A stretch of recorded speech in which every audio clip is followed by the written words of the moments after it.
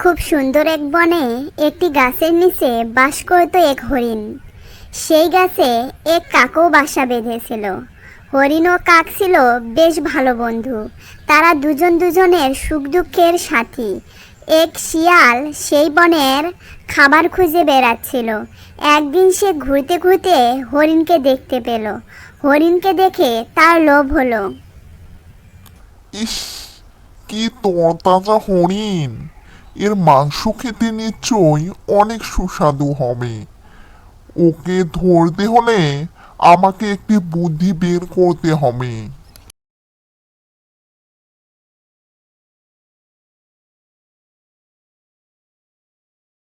এই যে বন্ধু, তুমি কেমন আছো?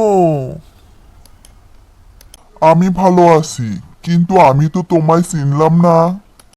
আমি একজন ইতিম। এই পৃথিবীতে আমার কেউ নেই। আমার কোনো বন্ধু নেই। আমার খুব একা লাগে। তুমি কি আমার বন্ধু হবে?